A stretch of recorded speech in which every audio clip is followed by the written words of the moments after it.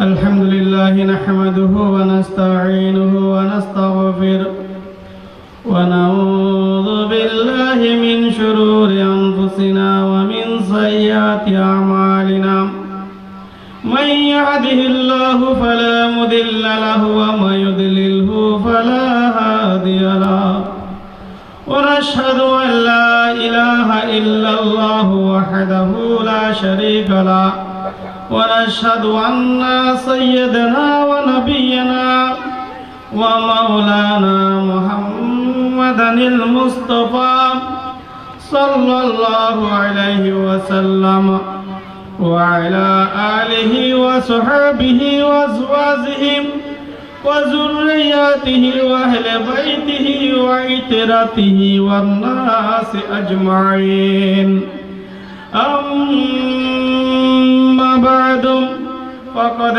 قال الله تبارك وتعالى في كلامه المجيد والفرقانه الحميد في شان حبيبه آمرا ومخبرا إن الله وملائكته يصلون على النبي يا أيها الذين آمنوا صلوا عليه وسلموا تسليما صلى الله على سيدنا محمد وآله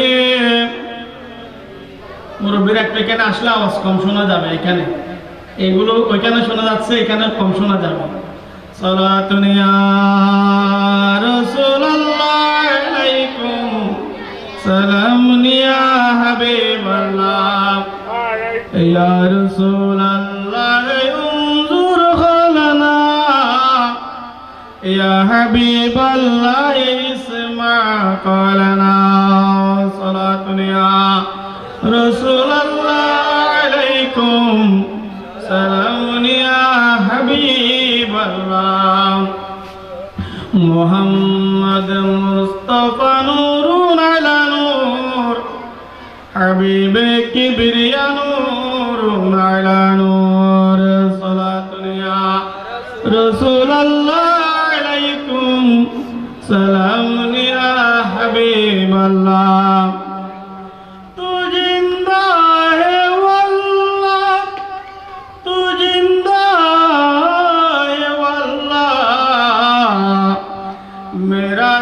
में आलम से सुबह जाने वाले सलातुन या रसूलल्लाह अलैकुम सलामुन या हबीबल्लाह अऊज़ु बिल्लाहि मिनश शैतानिर रजीम बिस्मिल्लाहिर रहमानिर रहीम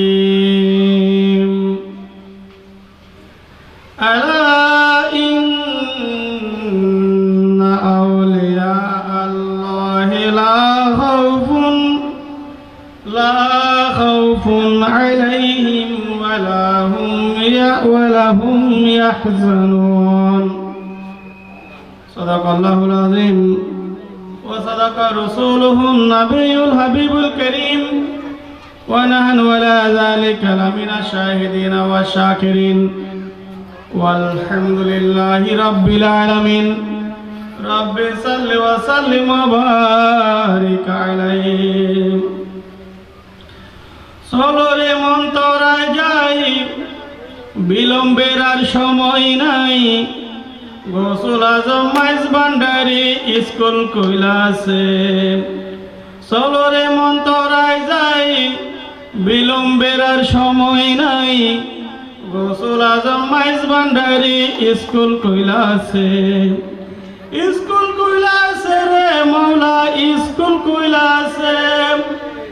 স্কুল কইলাছে রে মৌলা স্কুল কইলাছে গোসল আজম মাইজ ভান্ডারি স্কুল কইলাছে গোসল আজম মাইজ ভান্ডারি স্কুল কইলাছে আবাল বৃদ্ধ নর নারী করে সবে হুড়াহুড়ি নাম করে রেজিস্টারি ভর্তি হইতেছে রে মৌলা নাম করে রেজিস্টারি ভর্তি হইতেছে গৌসুল আজম মাইজ ভান্ডারি স্কুল খুইলাছে গৌসুল আজম মাইজ ভান্ডারি স্কুল খুইলাছে সেই স্কুলের এমন দ্বারা বিচার নাই জোয়ান বুড়া সিনাই সিনাই লেখা পড়া শিক্ষা দিতেছে রে মৌলা সিনাই সিনাই লেখা পড়া শিক্ষা দিতেছে মাস্টার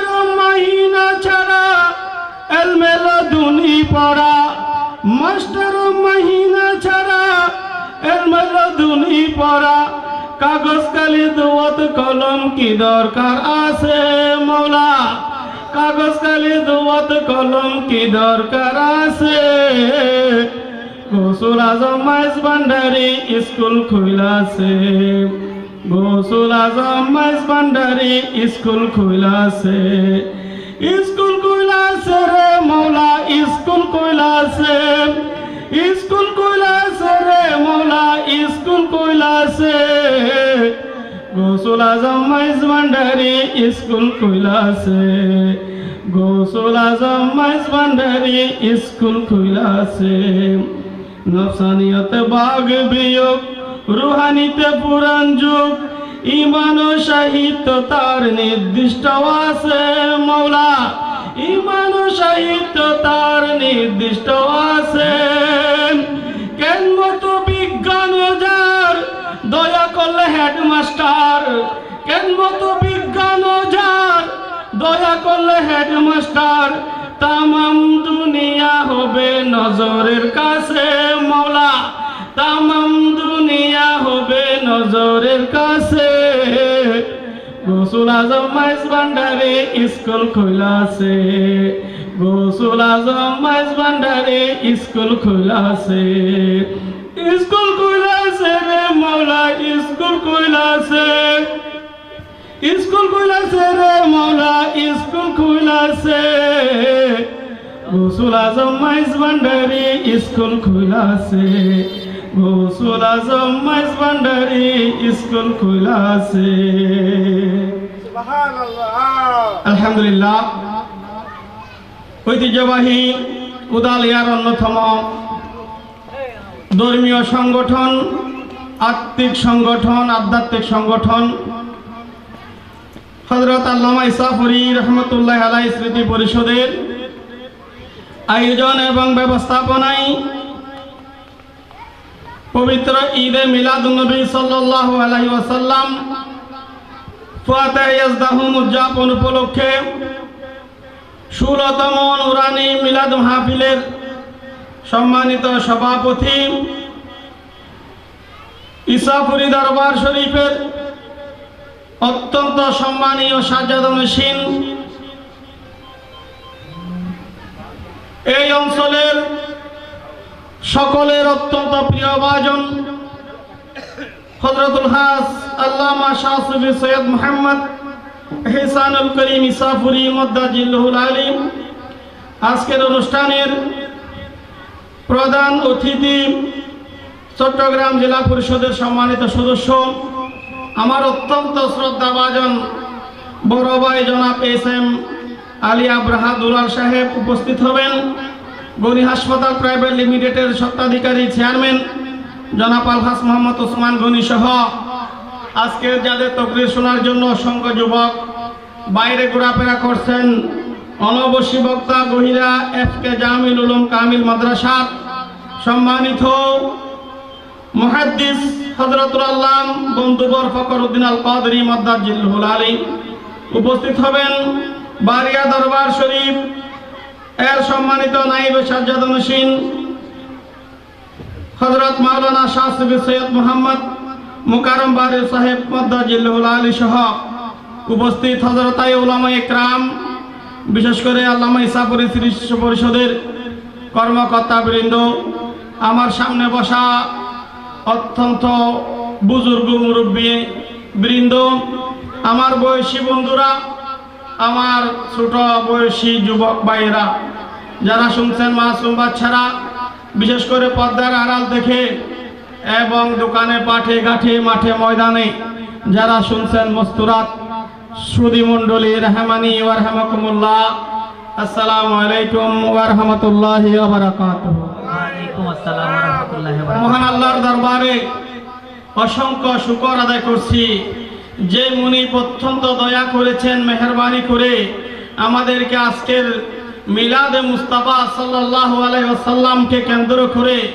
মিলাদুন্নবী মাহফিলের এই মুহূর্তে উপস্থিত হওয়ার সুযোগটুকু করে দিয়েছেন। সবার সওয়াজে বলে আলহামদুলিল্লাহ, আরেকবার বলে আলহামদুলিল্লাহ। আমরা বুঝতে পারছি না কার মজলিসের মধ্যে আমরা উপস্থিত হয়েছি। এটার আয়োজন যদিও আল্লামা ইসাফুরী রহমতুল্লাহ আলাইহি স্মৃতি পরিষদ, বাস্তবে এটা তো আমার নবীর মজলিস। সবাই বলে আলহামদুলিল্লাহ। আমার নবীর মজলিসে সবাই বসার সুযোগ থাকে না, সবাইকে বসার তৌফিক আল্লাহ দেন নাই। যাদেরকে কবুল করেছেন, যাদেরকে আল্লাহ নিয়ামত বোঝার সুযোগ করে দিয়েছেন, তারা ঈদে মিলাদুন্নবীর মাহফিলে আসবে, বসবে এবং রাসূল পাক সাল্লাল্লাহু আলাইহি সাল্লামের সানাখানি শ্রবণ করবে, ঈমানকে মজবুত করবে। আল্লাহ পাক আমাদের সেই তৌফিক দান করুক। সবাই বলে আমিন। অসংখ্য দরুদে পাক নবীজি সরওয়ারে কায়নাত রাহমাতুল লিল আলামিনের দরবারে, যে নুরানি নবীকে কেন্দ্র করে আল্লাহ পাক আমাদেরকে মানুষ বানিয়েছেন, আমাদেরকে আশরাফুল মাখলুকাত বানিয়েছেন, আমাদেরকে নিয়ামতপূর্ণ জিন্দেগি দিয়েছেন, আমাদেরকে কোরআন দিয়েছেন, আমাদেরকে সুন্নাহ দিয়েছেন, আমাদেরকে ইহদিনাস সিরাতাল মুস্তাকিমের পথ দিয়েছেন, আমাদেরকে জান্নাতের পথ দেখিয়েছেন, আমাদেরকে সর্বোপরি এমন একটি জীবন ব্যবস্থাপনা দিয়েছেন, যে জীবন ব্যবস্থাপনার মধ্যে থাকলেই দুনিয়ার সৌন্দর্যের পাশাপাশি পরকালীন নাজাতে যাওয়ার সুযোগটুকু করে দিয়েছেন। আরেকটি বার মুনিবের দরবারে বলে আলহামদুলিল্লাহ। আপনাদের শুকর আদায় করছি যারা মাগরিবের পর থেকে এখানে বসে আছেন, অধীর আগ্রহে কখন কে কি বলবে, একটু আমার নবীর শান মুস্তাফা শুনবো। যখন আমার একজন ছাত্র এখানে কোরআন তেলাওয়াত করেছে, মনে হচ্ছে যেন আল্লাহর আরশ আজিম থেকে ওইখানে ওহী নাজিল হচ্ছে। এত চমৎকার কোরআন তেলাওয়াত, নিশ্চয় আপনাদের ভালো লেগেছে। সবাই বলে আলহামদুলিল্লাহ। আলহামদুলিল্লাহ। কোরআনে পাকের তেলাওয়াত যে এত মধুর হয়, আপনারা এই অঞ্চলের মধ্যে অন্তত বুঝতে পেরেছেন কোরআন তেলাওয়াতের আওয়াজ কত শ্রুতি মধুর, কত সুন্দর হয়। সে কোরআনের টানে আমরা এখানে এসেছি। একজন ছোট ভাই নাতে মুস্তাফা পড়লো, কত চমৎকার শব্দ চয়ন, যে শব্দ চয়নে আমার নবীর এশকে মুস্তাফা আমাদের হৃদয় থেকে কিলবিল করে আবেগ সৃষ্টি করেছে। সুতরাং এগুলো যারা অধীর আগ্রহ অপেক্ষা করে, আমি দেখেছি নীরব নিস্তব্ধ হয়ে আপনারা এখানে বসে আছেন।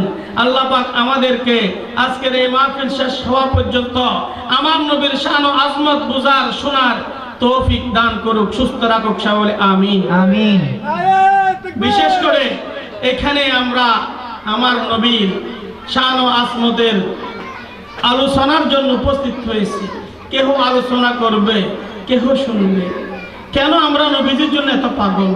কেন আমরা নবীর জন্য এত দিবানা? কেন নবীজির কথা শুনলে আমরা এত পাগল পারা হয়ে যাই? সেটা সাহাবায়ে কেরামগণ আমাদেরকে দেখিয়েছেন, সাহাবায়ে কেরামগণ আমাদেরকে বুঝিয়েছেন। যে সাহাবায়ে কেরামগণ নবীজির সামনে যাওয়ার আগেই হাজারবার ভাবতেন আমার নবীকে প্রশ্ন করা যাবে না, আমার নবীর সামনে কটু কথা বলা যাবে না, আমার নবীর সামনে বড় করে কথা বলা যাবে না। অর্থাৎ নিজের যত আমিত্ব আছে সব কিছু ধ্বংস করে দিয়েই নবী মুস্তাফার দরবারে যেতেন সাহাবায়ে কেরামরা। আর আমরা সে সাহাবায়ে কেরামের অনুসরণ করে যেখানে নবীজির শান ও আজমত হই, সেখানে পঙ্গপালের মতো ছুটে যাই। আল্লাহ পাক আমাদের এই ছুটে যাওয়াকে কবুল করুক। কেন আমরা নবীর জন্য পাগল? বদরের ময়দানে কালকে একটা ছোট্ট একটা ডকুমেন্টারি দেখেছি, পড়েছি, পড়ার সাথে মিল আছে কিনা দেখেছি। ওই নবীর জন্য আমরা পাগল হয়েছি। যেই নবী যখন আল্লাহর পক্ষ থেকে নির্দেশ আসলো, ও নবী আপনি এখন প্রকাশ্যে ইসলাম প্রচার শুরু করে দিন। গোপনে অনেক করেছেন, এরা গোপনে অনেক করেছেন, এবার আপনি উফেনে আপনার এই নবুয়ত রিসালাত ওয়াহাদানিয়তের দাওয়াত দেওয়া শুরু করুন। আমার নবী যখন দাওয়াত দেওয়া শুরু করেছেন, আমার নবীর এই দাওয়াত শুনে দাওয়াত শুনে অসংখ্য সাহাবায়ে কেরামগণ, বিশেষ করে গরিব দুর্বল সাহাবীরা আস্তে আস্তে ইসলামে আসা শুরু করলো।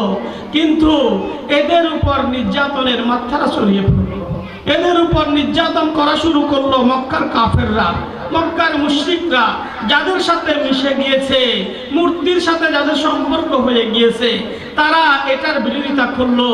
যখন একের পর এক মুসলমান হচ্ছে, তখন ওই কট্টর কাফের মুশরিকরা এই মাসুম সাহাবায়ে কেরামদেরকে ধরে ধরে নির্যাতন শুরু করলো। চমৎকার বিষয় হচ্ছে, যারা আমার নবীর উপর একবার ঈমান এনেছেন, যারা আমার নবীকে একবার ভালোবেসেছেন, যারা আল্লাহর ভালোবাসা নিজেদের হৃদয়ে ধারণ করেছেন, ওই মানুষগুলো শত নির্যাতনের পরেও নবীকে ছেড়ে এক মুহূর্তের জন্য যাননি। বলি সুবহানাল্লাহ, এক মুহূর্তের জন্য যাননি। যখন হযরতে সুমাইয়া, হযরতে ইয়াসার রাদিয়াল্লাহু তাআলা আনহু, ইসলামের প্রথম শহীদ, ছেলেদের মধ্যে হযরতে ইয়াসার, মেয়েদের মধ্যে হযরতে সুমাইয়া, ওরা বলতেছে আমরা তো এমন এক নবী পেয়েছি। হযরতে সুমাইয়া বলতেছেন ইয়াসারকে, আমার ছেলে ইসলাম গ্রহণ করেছে, আমার ছেলে আম্মার ইসলাম গ্রহণ করেছে। তখন 210 জনের মধ্যে একজন আম্মার, তখন আম্মার মা বাপকে ধাওয়া দিচ্ছে, বাবারে আপনারা ভুল পথে আছেন, আসুন না, যেই নবী আমাদেরকে ধনী গরিবের ব্যবধান মুছে দিচ্ছে, যেই নবী আমাদের কালো দলার ব্যবধান মুছে দিচ্ছে, যেই নবী মানবতার কথা বলছে, যেই নবী মনুষ্যত্বের কথা বলছে, যেই নবী মায়ের মর্যাদার কথা বলছে, যেই নবী বাবার মর্যাদার কথা বলছে, যে মানুষের মর্যাদার কথা বলছে, যেই নবী বোনের মর্যাদার কথা বলছে, সেই নবীর পথে চলে আসি না আমরা। তখন হযরত সুমাইয়া হযরতে ইয়াসারকে বলতে লাগলেন নিজের স্বামীকে, ও প্রিয়তম স্বামী, আমার তো ভাগ্যক্রমে বেঁচে গিয়েছিলাম, আমার অন্যান্য বোনদেরকে আমার বাবা জিন্দা কবরস্থানে দাফন করে দিয়েছে। যখন ইসলাম ছিল না, যখন আইয়ামে জাহিলিয়া ছিল, ওই সময়ে আমার বোনদেরকে আমার বাবা মাটিতে চাপা দিয়েছে জিন্দা। আমি বেঁচে গিয়েছি ভাগ্যক্রমে, হয়তো তোমার নসিবে আমি ছিলাম বলে আল্লাহ আমাকে বাঁচিয়ে রেখেছেন। সুতরাং যেই নবী কবরস্থানে জিন্দা ফুটে ফেলা মেয়েদেরকে মায়ের মর্যাদা দেওয়ার কথা বলছে, ওই নবী নিশ্চিত মানবতার নবী। আসুন না আমরা সেই নবীর পথে। হযরতে সুমাইয়া, হযরতে ইয়াসার ইসলাম গ্রহণ করলেন আমার নবীর দরবারে এসে। যখন দরবারে হচ্ছে আমার নবীর দিকে ঝুঁকে যাচ্ছে, আমার নবীকে যখন প্রকাশ ইসলামের ঘোষণা দেওয়া হলো, সবাই খানায়ে কাবার চত্বরে উপস্থিত হয়েছে।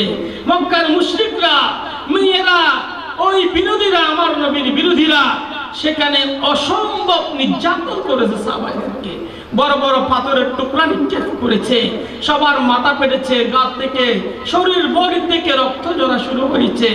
এরপরও আমার নবীর প্রেমে এরা এত মশগুল ছিল, এত নির্যাতনের পরেও একজন সাহাবী বলেনি এই নির্যাতন সইতে পারবো না, প্রয়োজন ইসলাম ছেড়ে দেব। সেই কথা একজন সাহাবী বলেননি। বলি না সুবহানাল্লাহ, সুবহানাল্লাহ। ওরাতে অ্যারেস্ট করলো রাতের অন্ধকারে হযরত সুমাইয়া এবং ইয়াসার আম্মারকে।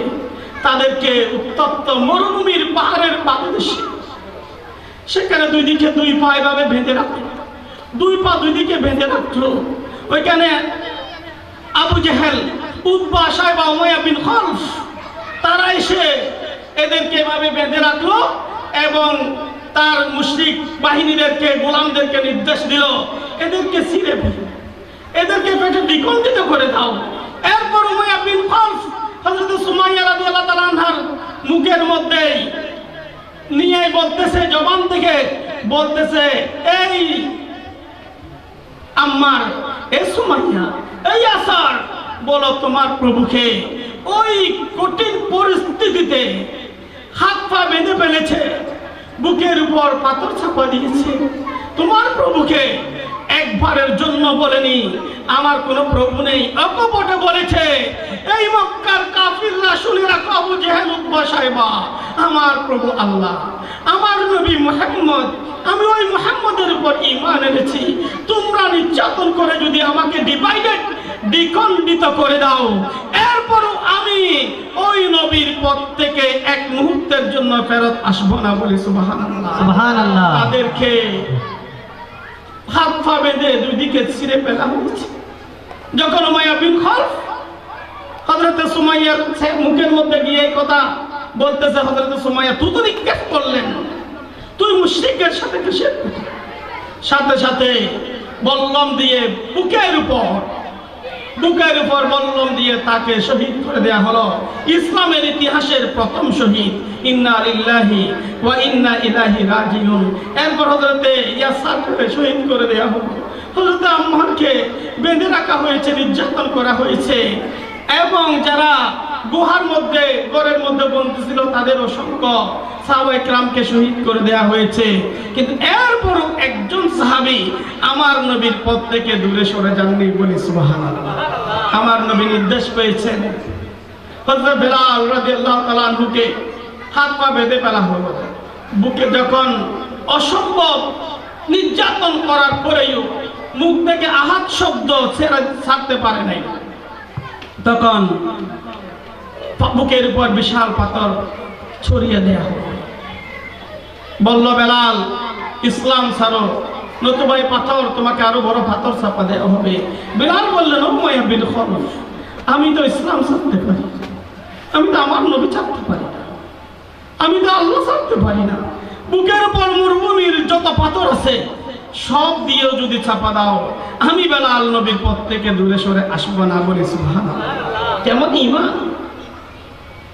সেই নবীর শান চলতেছে কেন? আমরা দোকান পাটে বসে আছি, সেই নবীর কথা শুনবো আমরা দোকান পাটে বসে, টেলিভিশন দেখে দেখে, খেলা দেখে দেখে। এটা হতে পারে যেই নবী মানসিক শারীরিক নির্যাতনের শিকার হয়েছেন, উম্মতি উম্মতি। তাইফের ময়দানে যে নবীকে রক্তাক্ত করা হয়েছে, জিবরিল বললেন, ও নবী আপনি যদি নির্দেশ দেন তাইফকে ধ্বংস করে দিন। আমার রাসূল বলেন, এরা বুঝতে পারেনি আমার খুন জোরেছে জমিনে কি হয়েছে, আমার আল্লাহ এই জায়গাকে উর্বর করে দেবেন। সেই নবীর সামনে কানে চলতেছে, যেই নবী হিজরত করতে বাধ্য হয়েছেন মক্কা থেকে মদিনায়, যেই নবী গারে সুরের শত শত ফুট উঁচু পাহাড়ে অবস্থান করেছেন শুধু উম্মতকে বাঁচানোর জন্য, সেই নবীর শান আসমত চলতেছে। যেই নবী দুনিয়া এসেছে রব্বি হাবিল উম্মতি বলে, দুনিয়ায় দেখেছেন রব্বি হাবিল উম্মতি বলে, দুনিয়া থেকে পর্দা করার মুহূর্তেই বলেছে রব্বি হাবিল উম্মতি। আমার নবীকে যখন মালিকুল মউত উপস্থিত হলেন, বলেন, ও রাসূল সবার ঘরে এমনি ঢুকে যেতে পারে, সবার ঘরে এমনি ঢুকে যেতে পারি, আপনার ঘরে এমনি ঢুকার অনুমতি আল্লাহ দেয়নি। আমার আল্লাহ বলেছেন আমার নবীর দরবারে যাবে, আমার নবীর কাছে অনুমতি চাইবে, আমার নবী যদি অনুমতি দেয় তাহলে তুমি ওই ঘরের মধ্যে প্রবেশ করবে, আমার নবী যদি অনুমতি দেয় আমার নবীর রূহ কব্জা করবে। সবাই বলে সুবহানাল্লাহ। নবীকে আমার মতো হলে তো আজরাইল গিয়ে রূহ কব্জা করতে। আমার নবী বলেছেন, আজরাইল একটু সবুর করো, জিবরিল আসুক, কি মেসেজ নিয়ে আসে সেটা একটু দেখি। জিবরিল আসলেন, বললেন, ও রাসূলুল্লাহ আপনাকে সালাম দিয়েছেন, ইকরাউ কাবিস সালাম, আল্লাহ আপনাকে সালাম দিয়েছেন, আল্লাহ আপনি কি চাচ্ছেন সেটা বুঝে ফেলেছেন। আমার নবী বললেন, জিবরিল মালিকুল মউত উপস্থিত হয়েছে, দুনিয়াবি হায়াত শেষ হয়েছে, চলে যেতে হবে, কিন্তু আমার উম্মতের ফয়সালা ছাড়া আমি নবী যেতে পারি, আমি আমার উম্মতের ফয়সালা ছাড়া আমি নবী যেতে পারি। কেমন নবী! দুনিয়ার হায়াত শেষ করেছেন, সেই মুহূর্তেই বলেছেন উম্মতি উম্মতি। জিবরিল বললেন, কি চাচ্ছেন সেটা আল্লাহ জানে। ও নবী, আল্লাহ আমাকে পাঠিয়েছে সুসংবাদ দিয়ে। আল্লাহ বলেছেন আমার নবীকে জানিয়ে দাও, আনা কাফিলু বিহিম, আনা কাফিলু বিহিম, আনা কাফিলু বিহিম। ও রাসূল আপনার উম্মত দিয়ে আপনাকে পেরেশানি হতে হবে না, আমি আপনার উম্মতের জিম্মাদারি নিয়েছি, বলি না সুবহানাল্লাহ। আপনার উম্মতের জিম্মাদারি আমি আল্লাহ নিয়েছি। ও রাসূল শুধু দুনিয়ার জিম্মাদারি নয়, কিয়ামতের হাসরের ময়দানে বিচার ব্যবস্থাপনার পরে আমি আল্লাহ আপনাকে নিশ্চিত করছি আপনার সকল উম্মতকে জান্নাতে দেওয়ার পরেই আমি আল্লাহ অন্যান্য নবীদের উম্মতদেরকে আমি জান্নাত দান করব, বলি সুবহানাল্লাহ। সুবহানাল্লাহ। সেই নবীর উম্মত কতই খেলায় ধুলায় আমরা সময় কাটাচ্ছি, কত বাজে কাজে আমরা সময় কাটাচ্ছি। সুদ সমাজে রমদরে ঢুকে গেছে, ঘুষ ছাড়া আমরা চলতে পারি না। টেলিভিশন না দেখলে আমরা থাকতে পারি না, মোবাইলের 2 নম্বরে ভিডিও না দেখলে আমরা থাকতে পারি না। এত খারাপ কাজের মধ্যে আমরা লিপ্ত হয়ে গেছি। ওই নবী যদি আমাদেরকে প্রশ্ন করে, উম্মত তোমাদের জন্য দুনিয়াতে আসার সময় আমি কেঁদেছি, দুনিয়াতে থেকে তোমাদেরকে জীবন ব্যবস্থাপনার সুযোগ সৃষ্টি করে দিয়েছি, আসার পথে তোমাদেরকে কেঁদেছি, আল্লাহর কাছ থেকে ওয়াদা নিয়েছি, আল্লাহ তোমাদের কপিল হয়েছেন। ওই নবী যদি আমাকে আপনাকে প্রশ্ন করে, ওই নবীকে জবাব কি দেব? কে জবাব দিব ওই নবীকে? কিভাবে বলবো ইয়া রাসূলুল্লাহ আমরা এই যোগ্যতা অর্জন করতে পারি? কিভাবে জবাব দেব ওই নবীকে? আসুন না এই কাজগুলো ছেড়ে দিই, 2 নম্বরের কাজগুলো ছেড়ে দিই, নবীর পথে আসি। নবীর পথে আসলেই আমরা নামাজ পড়ব, নবীর পথে আসলে আমরা জিকির করব, নবীর পথে আসলে আমরা সুদ ছেড়ে দিব, ঘুষ ছেড়ে দিব, আমরা ভালো কাজে নিজেকে বিলীন করে দিব। আল্লাহ আমাদের সেই তৌফিক দান করুক সবাই, আমিন আমিন। একটু শুকর আদায় করি। নবী পেয়েছে, আমরা শুকর তো আদায় করি না। ঈসা আলাইহিস সালাম বলেছেন, আল্লাহ রে আপনি আমাকে যদি নবী না পাঠিয়ে উম্মত করে পাঠাতেন আমার কতই না ভালো হতো। যেই উম্মতগুলোর এক রাতের ইবাদত 1000 মাসের চেয়ে উত্তম। লাইলাতুল কদরি খায়রুম মিন আলফি শাহর। ও নবী, আল্লাহ আপনি তো এমন এক নবীকে দুনিয়াতে পাঠাচ্ছেন, আমার পরে যেই নবী যাবে, যেই নবীর ব্যাপারে আকরার না আমরা ওয়াদা করেছিলাম, সেই নবী যাবে, আর সেই নবীর উম্মতের এক রাতের ইবাদতকে আপনি 1000 মাসের চেয়ে উত্তম ইবাদত, 83 বছরের ইবাদতের সমতুল্য ঘোষণা করেছেন। ও আল্লাহ, সেই নবীর উম্মত হতে পারলে আমার জন্য কতই না ভালো হতো। আল্লাহ দোয়া কবুল করেছেন। হযরত ঈসা আলাইহিস সালাম আবার দুনিয়াতে উম্মত হয়ে আসবেন, বলি সুবহানাল্লাহ। শুকর আমরা কি আদায় করছি? শুকর কিভাবে আদায় করতে হয় আমরা জানি না। বাদ খেয়ে ফেলছি, আলহামদুলিল্লাহ বলছি। বাদ খেয়ে ফেলছি, কি বলছি? আলহামদুলিল্লাহ। এটা কি শুকর? শুধু বাদ খেয়ে আলহামদুলিল্লাহ বললে শুকর আদায় হয়ে যাবে? এই জন্য আমরা লাইন শাকারতুম লাযিদান্নাকুম ওয়া লাইন কাফারতুম মিন আযাবিল শাদীদ, আল্লাহ বলেছেন আমরা শুকর করতে জানি না বলেই আমরা আল্লাহর পক্ষ থেকে বরকত পাই না। হযরত দাউদ আলাইহিস সালাম একজন নবী, আল্লাহর কাছে তিনি হাত তুললেন, ও আল্লাহ আমার সাথে জান্নাতে থাকবে আমার উম্মতের এমন কোন ব্যক্তি যদি তাকে একটু সাক্ষাৎ ঘটিয়ে দিন, বলে সুবহানাল্লাহ। নবীদের একটু ইরাদা, ও আল্লাহ আমি তো পয়গম্বর, আমি তো নবী, আমার সাথে জান্নাতে থাকবে এরকম একজন মানুষ আমার সাথে সাক্ষাৎ ঘটিয়ে দিন। ওই আল্লাহ পাক দোয়া কবুল করলেন, দাউদ আলাইহিস সালামকে বললেন, ও দাউদ আলাইহিস সালাম তুমি ওইখানে যাও, তুমি ওই ব্রিজের উপর দাঁড়িয়ে থাকো, পাহাড় থেকে একজন মানুষ আসবে, তার সাথে তোমার সাক্ষাৎ হবে, ওই ব্যক্তি তোমার সাথে জান্নাতে থাকবে, বলি সুবহানাল্লাহ। জান্নাতে থাকবে একজন পাহাড়ের কাঠুরে, একজন কাঠুরে জান্নাতে থাকবে হযরত দাউদ আলাইহিস সালামের সাথে, একজন নবীর সাথে। দাউদ আলাইহিস সালাম বললেন, এই ব্যক্তি এমন কি আমল করে যার জন্য সে জান্নাতে থাকবে? হযরত দাউদ আলাইহিস সালাম ওই ব্যক্তিকে সালাম দিলেন, সামনে দাঁড়ালেন, কথাবার্তা বললেন, বলার পরে বললেন আমি তোমার সাথে একটু সফর করব। বলল আসুন আমার সাথে সফর করুন। ওই ব্যক্তি পাহাড় থেকে গাছ কেটে এনেই একটা বোঝা বানলো, সে বোঝা নিয়ে বাজারে গেল, বাজার থেকে সেগুলো বিক্রি করলো, বিক্রি করার পরে 3টা রুটি নিল। হযরত দাউদ আলাইহিস সালাম বলতেছে, ও আল্লাহর বান্দা আমি একটু তোমার সাথে করে মেহমান হতে চাই। তখন ওই ব্যক্তি বলল, এটা আল্লাহর রহমত, মেহমান হবেন এটা ভালো কথা, আসুন আপনি একটু আমার সাথে এখানে এসে মেহমান হন। ও হযরত দাউদ আলাইহিস সালাম মেহমান হয়ে ঘরে গেলেন। ঘরে যাওয়ার পরে হযরত দাউদ আলাইহিস সালাম দেখলেন ওই ব্যক্তি রুটিগুলোকে ডিভাইডেড করলো, 2টা ভাগে ভাগ করলো, 1.5 টুকরা হযরত দাউদ আলাইহিস সালামকে দিল, 1.5 টুকরা নিজের জন্য রেখে দিল। ওগুলা দিয়ে বন্টন করে বাতিটা নিভিয়ে দিল, খাওয়া শুরু করে এই বাতিটা নিভিয়ে দিল। হযরত দাউদ আলাইহিস সালাম দেখতেছেন এই ব্যক্তি কি কাজ করে, আল্লাহ এই ব্যক্তিকে কেন জান্নাতি বলেছে, কেন জান্নাতি বলেছে, এই বিষয়টা তিনি দেখতে চাচ্ছেন। তখন বাতি বন্ধ করে আল্লাহর কাছে 2টি হাত উত্তোলন করেছেন। শুকর কিভাবে করতে হবে এখান থেকে আপনারা শিখতে পারবেন। 2টি হাত আল্লাহর দরবারে উত্তোলন করেছেন, হাত তুলেও আল্লাহ আপনি আমাকে আজকে যে দয়া করেছেন, আমাকে আজকে যে মেহেরবানি করেছেন, আমার জন্য যে রিজিকের ব্যবস্থা করেছেন, সেটার জন্য আমি আপনার শুকর আদায় করছি। অথচ আমি এই রিজিকের যে কাজ আপনি করেছেন ততটুকু কাজ আপনার জন্য আমি করতে পারি। আপনি আমাকে 3টা রুটির ব্যবস্থা করেছেন, আর 3টা রুটির পিছনে আপনার যে সুনিপুণ কারিগরি ব্যবস্থাপনা, সে কাজটুকু আমি করতে পারিনি। ও বারেলাই খোদা, আমি তো 3টি রুটি পেয়েছি, আমার সামনে 3টি রুটি এসেছে, কিন্তু এই রুটির পিছনে আপনি আমার জন্য একটি গাছ পাহাড়ের মধ্যে উত্তোলন করেছিলেন। বাবন কোথায় চলে গেছে? পাহাড়ে চলে গেছে। ওই ব্যক্তি শুকর আদায় করতেছে, ও আল্লাহ, আপনি তো পাহাড়ে আমার জন্য একটি গাছ উত্তোলন করেছেন, কাউকে দিয়ে বীজ বপন করিয়েছেন, সেটা বড় করেছেন, সেখানে আমার রিজিকের বরাদ্দ করে দিয়েছেন। শুধু তাই নয়, ও আল্লাহ, আপনার শুকর কিভাবে আদায় করবে? ওই গাছটা আমি কাটবো, কাটার জন্য একটি দা কুড়ালের দরকার হবে, সেটাই তো আপনি সৃষ্টি করে দিয়েছেন। সেই দাটা আপনি সৃষ্টি করে দিয়েছেন, সেই গাছটা আমার জন্য বড় করেছেন, কাটার জন্য একটা কুড়াল সৃষ্টি করে দিয়েছেন। সেই কুড়াল দিয়ে আমি গাছটা কেটেছি, বোঝা বেঁধে বাজারে এসেছে। ও আল্লাহ, বাজারে ওই গাছ ক্রয় করার জন্য একজন বিক্রি আমি করব, একজন ক্রেতাকেই আপনি নির্ধারণ করে দিয়েছেন। বলি সুবহানাল্লাহ।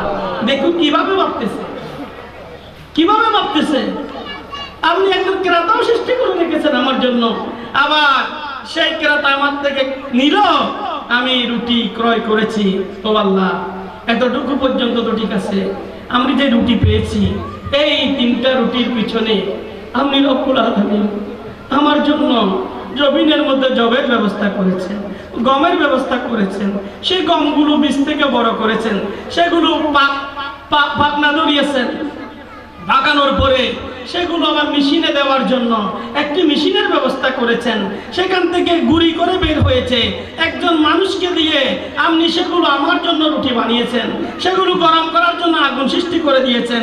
সেখান থেকে আমি ক্রয় করে আজকে এখানে বসে খাচ্ছি। ও রব্বুল আলামিন, শুধু তো এটা 3টা রুটি নয়, এই 3টা রুটি আমি আমার পেটে যাওয়ার পর্যন্ত আপনি রব্বুল আলামিন আমার জন্য যতগুলো কাজ করেছেন, একটা গাছ বপন করার থেকে শুরু করে, কাটার জন্য কুড়াল থেকে শুরু করে, একজন ক্রেতা সৃষ্টি করে দিয়ে, আবার জব থেকে গম মিলিয়ে মসৃণ করে আটা বানিয়ে সেখান থেকে রুটির ব্যবস্থা করে দিয়েছেন। ও রব্বুল আলামিন, আমি কি আপনার এত কাজ করেছি? আজকে সারাদিন কি আমি এত কাজ করেছি? আপনাকে কি আমি ডেকেছি?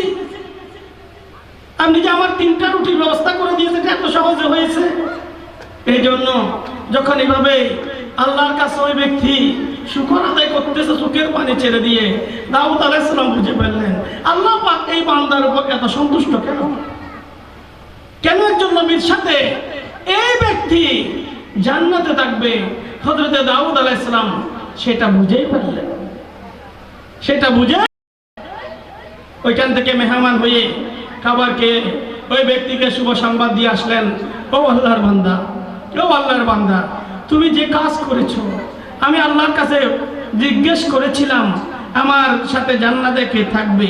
আল্লাহ পাক তোমার কথা বলেছেন, তোমার কথা বলে আল্লাহ পাক আমাকে তোমার সাথে সফর করার সুযোগ করে দিয়েছেন। সফর করে আমি যেটা বুঝতে পেরেছি, তুমি আল্লাহর অত্যন্ত প্রিয় বান্দা হয়েছো। একটি কারণে, তোমার ভিতরে আল্লাহর যে সৃষ্টির তত্ত্বের যে বিষয়গুলো গুড় রহস্য রয়েছে, সব বিষয় সামনে নিয়ে তুমি আল্লাহর শুকর আদায় করো। বলি সুবহানাল্লাহ। সুবহানাল্লাহ। তুমি আল্লাহর শুকর আমার মতো আদায় করো। আমরা কে আলহামদুলিল্লাহ বলি? এই বাদ কি করে আসলো? কৃষক জমিনে ধান বপন করেছে, বীজ ছিটিয়েছে, সে বীজ বড় করেছেন কে? আল্লাহ। সে বীজ বড় করেছেন কে?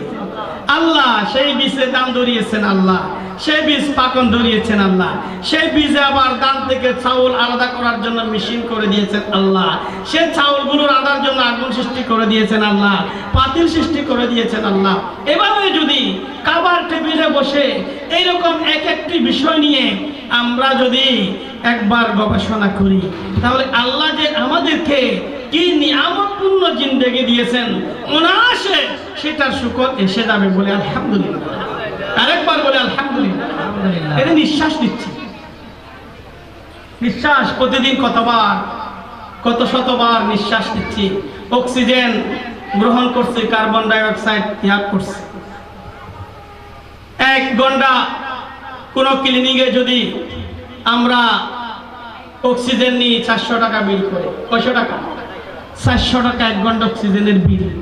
একবার হিসাব করে দেখুন, দৈনিক কত হাজার টাকার অক্সিজেন আমার আল্লাহ আমাদেরকে বিনা পয়সায় ব্যবস্থা করে দিয়েছে। বলি না সুবহানাল্লাহ। একজন আমেরিকান একজন ব্যক্তি 15 দিন হাসপাতালে থেকে চিকিৎসা শেষে ভালো হওয়ার পরে তাকে একটা বিল ধরিয়ে দেওয়া হয়েছে, রসিদ ধরিয়ে দেওয়া হয়েছে। আমি শুকরের কথাগুলো বলে শেষ করছি, যেহেতু এখানে বড় বড় ওলামায়ে কেরামগণ আসবেন, তারা ঈদে মিলাদুন্নবীর কথা বলবেন। হাসপাতালে আমরা যখন ক্লিনিকে থাকি, ক্লিনিক থেকে বের হওয়ার পর একটা বিল ধরিয়ে দেই, সেই বিলগুলো দিয়েই হাসপাতাল থেকে বের হতে হয়। এরকম একজন ব্যক্তি চিকিৎসা শেষ করেছেন, হাসপাতালের বিল দেখেছেন তিনি 15 দিনের বিল দেখেছেন 3 লক্ষ টাকা। 15 দিন দেখেছেন 3 লক্ষ টাকা বিল ধরিয়ে দেওয়া হয়েছে, সেখানে অক্সিজেন বাবদ বিল ধরিয়ে দেওয়া হয়েছে 1 লক্ষ টাকা। তখন ওই প্রেসক্রিপশন, ওই রিসিপ্ট দেখেই ওই আল্লাহর বান্দা কান্না শুরু করলো, কান্নাকাটি শুরু করলো। যখন কান্নাকাটি শুরু করলো তখন ডাক্তার এবং নার্সরা দূরে আসলো। ভাই কি হয়েছে? তো কান্নার কি আছে, আপনার চিকিৎসা করেছি, ভালো করেছি, বিল যা এসেছে তা করেছি, আপনার এখানে কাঁদার মতো তো আমরা কিছু করিনি। তখন ওই আল্লাহর বান্দা বলতেছে, বাইরের মাইকগুলো একটু বন্ধ করে দাও। আল্লাহর বান্দা বলতেছে, আমি আপনার চিকিৎসা সন্তুষ্ট, আপনার চিকিৎসা আমি সন্তুষ্ট, আপনি যেটা করেছেন সেটাতে আমি রাজি, বিলও ঠিক আছে, আমি কান্না করতেছি। আপনি অক্সিজেন বাবদ আমাকে 1 লক্ষ টাকা বিল ধরিয়ে দিয়েছেন 15 দিনে। 15 দিনে আপনি 1 লক্ষ টাকার বিল ধরিয়ে দিয়েছেন, আমি কান্না করতেছি। এই জন্য আমার বর্তমান হায়াত 70 বছর। এই 15 দিনে যদি 1 লক্ষ টাকা অক্সিজেন বিল হয়, এই 70 বছরে আমার রব্বুল আলামিন কত কোটি টাকা আমাকে অক্সিজেন সরবরাহ করেছে। আমার রব্বুল আলামিন কত কোটি টাকার অক্সিজেন আমি বুক করেছি। আমি তো কিছুই করতে পারি, যে রব্বুল আলামিন আমাকে এই কোটি কোটি টাকার অক্সিজেন সরবরাহ করেছে, সেই রব্ব করিমের জন্য আমি কি করতে পেরেছি? কিভাবে ওই রব্বুল আলামিনের সামনে দাঁড়াবো? আমি চিন্তা করতেছি আল্লাহর সামনে কিভাবে দাঁড়াবো, যে আল্লাহর জন্য কিছুই করতে পারলাম না, অথচ ওই আল্লাহ আমার জন্য এত কিছু করলেন। এটা বলে সে ঘুরে কেঁদে উঠেছে। শিক্ষার বিষয় আল্লাহ আমাদেরকে কি নিয়ামত দিয়েছেন বডির মধ্যে। যার 2টি চক্ষু নেই তাকে জিজ্ঞেস করুন না দুনিয়াটা তার কেমন লাগে, তখন বুঝতে পারবেন চক্ষু আপনার জন্য কত বড় নিয়ামত আমার প্রভুর পক্ষ থেকে। যার 2টি পা নেই তাকে জিজ্ঞেস করুন না তার দুনিয়া কি রকম, তখন বুঝতে পারবেন 2টি পা সুস্থ রেখে রব্বুল আলামিন আমাদেরকে কি নিয়ামত দিয়েছে। যে কানে শুনে না তার কাছে একটু পাশে বসুন না, তার দুনিয়া কেমন, তখন বুঝতে পারবেন 2টি কানের সুস্থতা আমাদের বান্দাদের জন্য আল্লাহর পক্ষ থেকে কত বড় নিয়ামত। শুকরিয়া আদায় করতে হবে। শুকরিয়া আদায় না করলে প্রতিটি পরতে পরতে একজন বান্দা হিসেবে রব্বে করিমের সামনে যদি আমরা নিজেকে সুপর্দ করে না দিই, ইন্না সলাতি ওয়া নুসুকি ওয়া মাহিয়া ওয়া মামাতি লিল্লাহি রাব্বিল আলামিন, নামাজ, রোজা, হজ, যাকাত, যাবতীয় ইবাদত, রিয়াজত, পরহেজগারিতার যত কিছু আছে সব বিষয় যদি রব্বে করিমের কাছে সুপর্দ না করি, তাহলে আমরা বড়ই অকৃতজ্ঞ বান্দা হয়ে যাব, বড় কৃতজ্ঞ বান্দা হয়ে যাব। আল্লাহ পাক আমাদেরকে কৃতজ্ঞ বান্দা হিসেবে কবুল করুক, সবাই বলি আমিন। আমরা বক্তব্য শেষ করব। নামাজ এখানে যত সময় হবে, নামাজের পর আমাদের উনি বের হয়েছেন,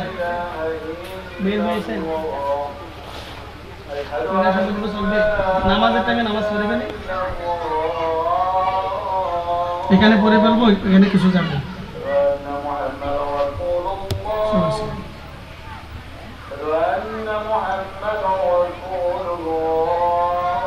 صلى الله عليه وسلم.